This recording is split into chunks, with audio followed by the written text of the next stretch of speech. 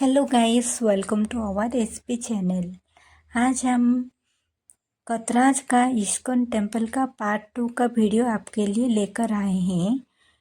पहले हमने इस्कॉन मंदिर का फ्रंट में एक प्योर वेज का होटल है, वहाँ पे हमने ब्रेकफास्ट कर लिया इडली और वड़ा का।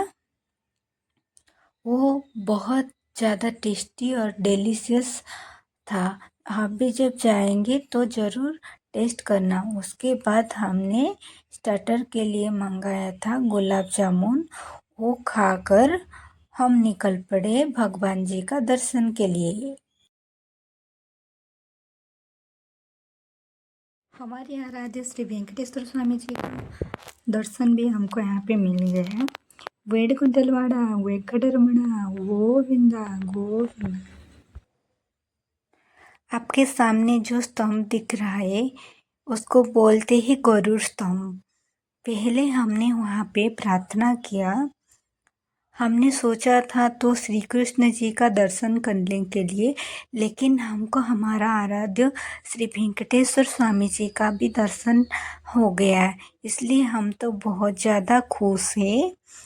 पहले लोग बोल रहे थे कि स्वामी दर्शन करने से पहले गरुड़ जी का दर्शन करना अनिवार्य है, नहीं तो स्वामी दर्शन का फल जो लाभ होता है वो प्राप्त नहीं होता है हमें।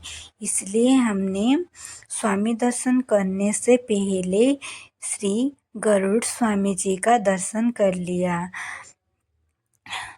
भगवान श्री वेंकटेश्वर स्वामी का मंदिर का इंटीरियर बहुत अच्छा है। दूर से देखने से ये भी अच्छा लगता है और पास से देखने से लगता है ऐसा कि भगवान श्री वेंकटेश्वर स्वामी जैसे कि जीवंत प्रतिमा देख लिया आपने। देखो, जैसे कि वहाँ से जाने के बाद आने का मन ही नहीं होता है। वहाँ का वाइब बहुत ज़्यादा अलग ही है। इस्कॉन टेम्पल का फ्रंट में ही गौशाला है। वहाँ पे जाने वाले भक्तों को गौ सेवा करने का मौका दिया जाता है। वहाँ पे पास में ही चारा बेचते हैं, वहाँ पे आप खरीद के गाय माता को खिला सकते हो। आप देख सकते हो कैसे हाथ से वो गाय माता कैसे खाते हैं। और यहाँ पे और कालिया दलन और प्रहलाद कहानी का भगवान श्री कृष्ण की बाल्य लीला की कहानी की जीवंत प्रतिमा देखने को मिल रही है। कालिया नाग यमुना नदी में अपनी पत्नियों के साथ निवास कर रहा था और यमुना नदी का पूरा पानी को विष से दूषित कर दिया था। इसलिए स्थानीय लोग विष से प्रभावित हो रहे थे। इसी वजह से कालियानाग और श्री कृष्ण के बीच से युद्ध हुआ था। उसी दृश्य का प्रतिमा ये दृश्यमान हो रहा है। हिरण्यकश्यप ने ब्रह्मा जी के प्रसन्न करने हेतु हजारों वर्षों तक कठोर तपस्या की और उनसे अमरत्व के लिए कई वरदान प्राप्त किया। प्रहलाद ने अपनी माता कयादु के गर्भ के भीतर ही नारद मुनि से दिव्य ज्ञान प्राप्त किया है।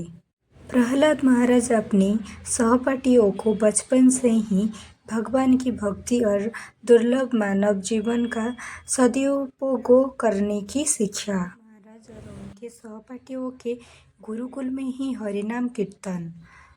प्रहलाद की विष्णु भक्ति से क्रोधित होकर उनके पिता हिरण्यकश्यप दूर उन्हें गोद से फेंकना। भयावह असुर द्वारा अंधकारपूर्ण गुफा से प्रहलाद को बद्ध करने का असफल प्रयास। प्रहलाद को विषैली सांपों से दंश करवा के मारने का असफल प्रयास। जंगली हाथी द्वारा प्रहलाद को कुचलने का असफल प्रयास। प्रहलाद को उबलता हुआ तेल में डाला गया, उनको वो शीतल जल का समान प्रतीत हुआ। हिरण्यकश्यप द्वारा अत्याचार के कारण भगवान नृसिंहदेव का खम्भ से प्रकट और हिरण्यकश्यप से युद्ध। ब्रह्मा जी के सभी वरदानों को रखते हुए भी भगवान नृसिंहदेव द्वारा नाखून से हिरण्यकश्यप का वध हुआ। भगवान नृसिंहदेव द्वारा उनके राक्षस सबका वध हुआ। सभी देवताओं का अपनी प्रार्थनाओं से भगवान नृसिंहदेव शांत करने का विफल प्रयास से बाद प्रहलाद का निवेदन। प्रहलाद की प्रार्थनाओं से प्रसन्न होकर भगवान नृसिंहदेव प्रहलाद को आशीर्वाद। ब्रह्मा जी के द्वारा प्रहलाद महाराज की सिर पर मुकुट रख के